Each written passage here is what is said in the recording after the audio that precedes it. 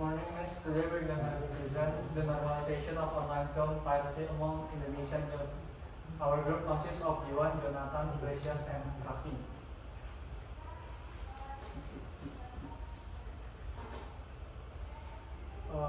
Our background is internet and streaming platform change movie consumption and habits. Online film piracy remains highly common in Indonesia. 1.4 billion, 0.4 billion visits to pirate movie website in 2023. Many youth justify piracy because it is cheaper and more convenient. Piracy has become socially normalized. And these are our problems. The first one is cause major financial loss for the film industry. Our second problem is makes piracy socially acceptable among youth, and our last problem is weakens honesty and respect for creators. Our issue related to online film piracy is related to the United Nations Sustainable Development Goal number 8, which is decent work and economic growth, and SDG 16, which is peace, justice, and strong institutions.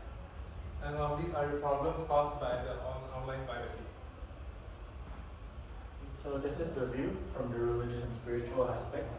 Christianity, from Romans 12, it teaches that you're not supposed to do wrong societal behaviors, and then it emphasizes honesty and integrity. And in Islam, there's a few examples. But in Al-Ma'idah verse 8, it promotes justice and righteousness. But also in Al-Baqarah 188, it also teaches us to not untuk tidak mengambil hak orang lain. So, okay, this is the current Indonesian copyright law. It's Undang-Undang Nomor 8 tahun 2014 tentang hak cipta. So, what the law is doing is it's prohibiting the piracy of anything that is copyrighted. Jadi bukan tentang film. It's not about just movies. It's about songs. If you guys know, the Ahmad Dhani likes to really use this law. And then the problems we have is like piracy websites. They continue appearing after being blocked. So if you block one, 10 more appears, right? And then the enforcement, they lack a good and efficient way to deter them. So why current law enforcement is ineffective? So first of all, is weak public awareness. Surprisingly, it's also the people's fault as well, right? We don't really appreciate art as art, right? We just like free things. And then there's slow legal compliance. Why? Because like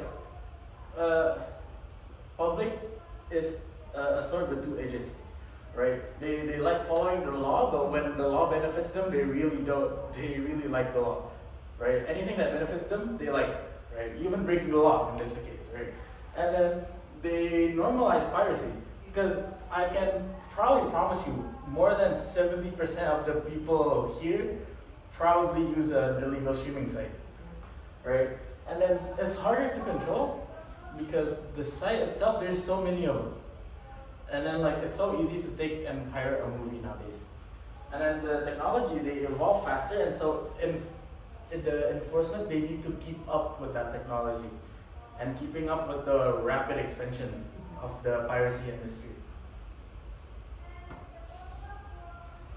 So here's a comparison between other countries, Japan and South Korea. In Japan, there is a huge copyright law, especially since they're very big on their mangas and animes. And on South Korea, they're also very big on the K-pop industry or the movie industry. And then the biggest difference is like they actually enforce it, and lawsuits is very apparent, and then like people that do things there that do illegal piracy is actually getting punished for it, right? But also the people there actually values the product, which is the biggest difference, right? You go there, you go to Japan, you go to a fan of an anime, they buy the books itself because they value the book, they value the artwork. The same with South Korea. Okay, so to understand the religious point of view for our problem, we interviewed Guru Injil Filemon Haryono, who is a full-time God servant in Gereja Iglesias Jemaat Kuwait.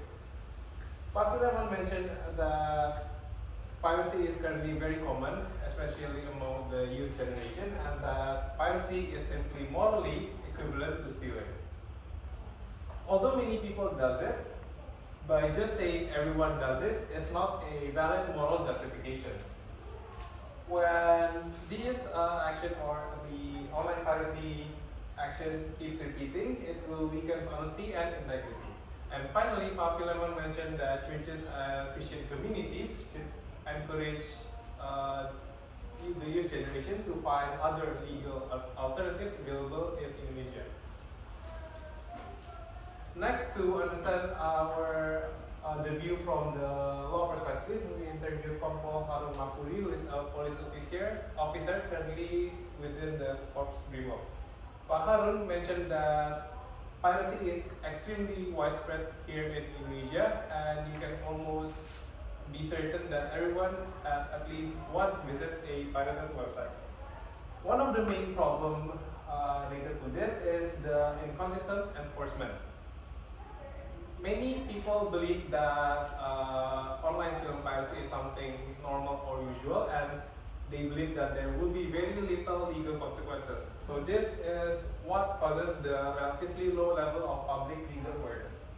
And another notable issue mentioned by Pak Harun is that since individuals who pirate movies know that their actions are wrong, they often use anonymous accounts, which complicates investigations and make detection and tracking much more difficult.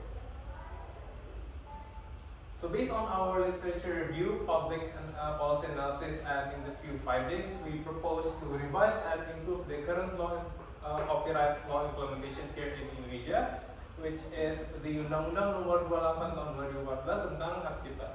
Improving copyrights and enforcement requires faster blocking of piracy websites, stronger cybercrime investigations, and better coordination between a lot of government institutions, internet service providers, and streaming platforms.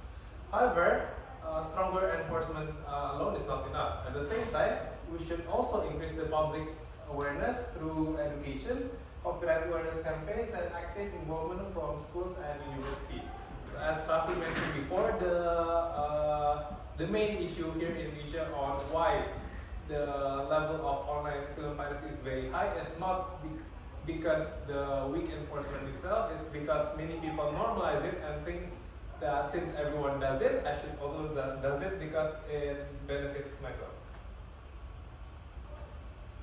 So to support our solution, we propose 4 key improvements. First is to strengthen the cooperation within Kominfo or the Ministry of Digital Communication with ISPs or the internet service providers and streaming platforms.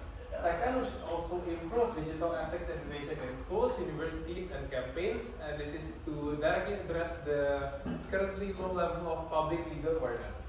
Third, we should strengthen cybercrime enforcement through detecting anonymous piracy networks. And finally, law enforcers should improve their own investigation systems to detect and block pirated websites faster. This is our 5 action plan, step-by-step action plan. The first one, we can prepare a recommendation document, and then the second one to submit to Kominfo and DPR, and the third one is to conduct the public hearings. Fourth one, to organize seminars and campaigns, and the last one is we can participate in policy discussions. This is our group reflection of what we learned, the skills developed, and our personal impact. We learned that film piracy is not only a legal problem, but also this is an ethical and social issue. Social normalization can make unethical behavior seem acceptable, but religious values emphasize honesty, integrity, and also responsibility. The skills that we can develop is about research and policy analysis, interview and communication skills, and also critical thinking and teamwork. We get a personal impact to increase awareness about digital ethics, better understanding of intellectual property rights, and also greater responsibility in consuming digital content. And this is the quote is digital content evidence should not justify unethical behavior. And this is the end of our presentation. Thank you.